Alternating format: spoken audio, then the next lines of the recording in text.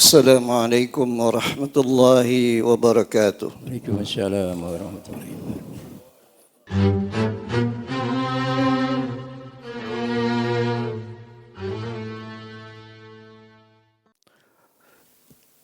Waktu kita tidak lama di dunia ini, kita akan pindah ke alam lain, di mana saat itu tidak ada lagi amal yang kita bisa kerjakan.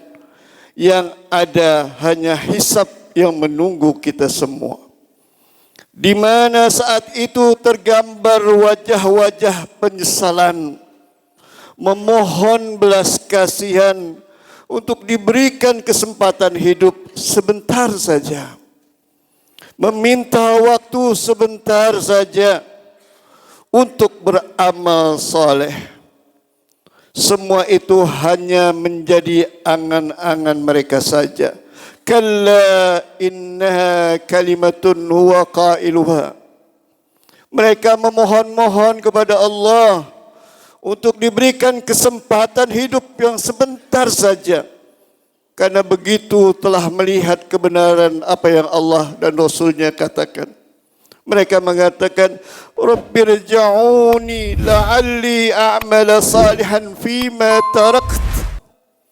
Ya Tuhanku, kembalikanlah aku ke dunia agar aku dapat berbuat amal kebaikan yang telah aku tinggalkan dan lalaikan. Saudara-saudaraku rahimakumullah, Rasulullah sallallahu alaihi wasallam mengingatkan bahwa salah satu tanda dari akhir zaman, waktu akan berjalan dengan amat sangat cepatnya. 1 tahun terasa 1 bulan. 1 bulan terasa 1 pekan. 1 pekan akan terasa seperti 1 hari. 1 hari akan terasa seperti 1 jam. Dan 1 jam akan terasa seperti pelepah kering yang dimakan api. Begitu cepatnya pelepah kering yang dimakan api. Jamaah salat Jumat Masjid Darun Naim yang berbahagia, pergantian tahun menandakan bahwa Allah Subhanahu wa taala masih memberikan kesempatan dan harapan baru untuk kita untuk menjadi insan yang lebih baik dan sukses. Harapan baru hanya ada bagi mereka yang mau mengintrospeksi diri, mengevaluasi diri, berani bermuhasabah dan termotivasi untuk berubah.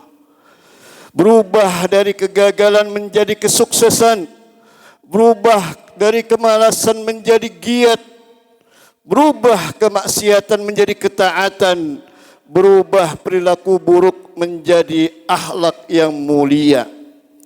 Muhasabah di pergantian tahun bukan hanya soal hitung-hitung keuntungan dunia, tapi juga soal hitung-hitungan akhirat.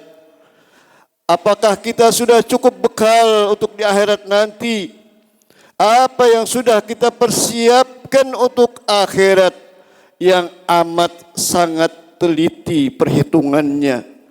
Sehingga Allah Subhanahu wa taala berpesan dalam firman-Nya, Ya ayyuhalladzina amanu taqullaha wal tanzur nafsum ma qaddamat lighad. Hai orang-orang yang beriman, bertakwalah kepada Allah dan hendaklah setiap diri memperhatikan apa yang telah diperbuatnya untuk hari esok nanti, untuk akhiratnya nanti. Ikhwata fillah, ma'asyiral muslimin rahimakumullah. Semoga tahun ke tahun kita menjadi orang-orang yang lebih cerdas dan selamat, al-kayyis, yang mampu keluar dan bangkit dari kubangan keterpurukan yang ingat bahwa kita hidup bukan hanya untuk di dunia, tapi juga untuk di akhirat. Semoga kita mengawali tahun baru dengan tidak membuat kemaksiatan yang baru. Semoga kita mensikapi pergantian tahun dalam koridor yang diridhoi oleh Allah Subhanahu wa taala. Ingat, waktu kita singkat, waktu kita terbatas dan amat berharga serta akan dimintakan pertanggungjawabannya. Bagi kita umat Islam, jangan lupa di penutup tahun ini kita ingat akan saudara-saudara kita yang berada di Palestina, yang sepanjang tahun 2024 mereka menderita, teraniaya, terzalimi hingga saat ini. Dan semoga kita semua Allah Subhanahu wa taala berikan kebahagiaan, keselamatan dan kesuksesan di sepanjang tahun mendatang dan mengampuni segala kekhilafan dan kesalahan di masa-masa yang lalu. Semoga kita termasuk orang-orang yang beruntung dan tidak merugi. Yang pertama, yang imannya dipertahankan sampai akhir hayatnya. Yang kedua, yang amal solehnya terus menerus semakin meningkat dan membaik. Yang selalu berdiri di pihak yang benar dan yang membela yang hak. Dan yang kesabarannya kuat dalam kondisi dan keadaan apapun, dengan percaya atas datangnya pertolongan Allah Subhanahu wa taala seperti yang disebutkan dalam surat Al-Asr.